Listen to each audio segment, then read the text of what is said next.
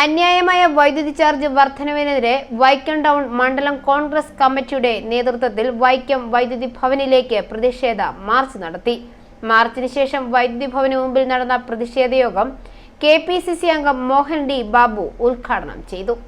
കോടി രൂപ നഷ്ടപരിഹാരമായി കേരള ഗവൺമെന്റ് കിട്ടുന്നതിന് പകരം അവർക്ക് കൊടുത്തുകൊണ്ട് ഒത്തുതീർപ്പിലോട്ട് പോവുകയാണ് ഈ പിണറായി സർക്കാർ.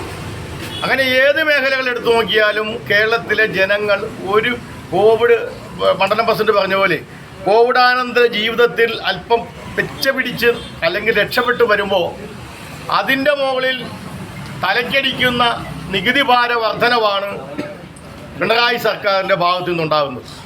ഇതിനെതിരെ കേരളത്തിലെ എമ്പാടും ഇന്ന് കോൺഗ്രസ് പാർട്ടി സമരമുഖത്താണ്. മണ്ഡലം കോൺഗ്രസ് പ്രസിഡന്റ് സോണി സണ്ണിയുടെ അധ്യക്ഷതയിൽ ചേർന്ന യോഗത്തിൽ block Congress president PD Unni, Abdul Salam Ravuthar, PN Babu, Jai John Perayil, Edavattom Jayakumar, K Suresh Kumar, A Shanavas എന്നിവർ പ്രസംഗിച്ചു. B Chandrasekharan, Santhosh ചക്കനാടൻ, PD Prasad, KM Rajappan, Mohanan Nair, Srikanth Vasu എന്നിവർ പ്രതിഷേധ മാർച്ചിന് നേതൃത്വം നൽകി. i4 news, Ettumanoor.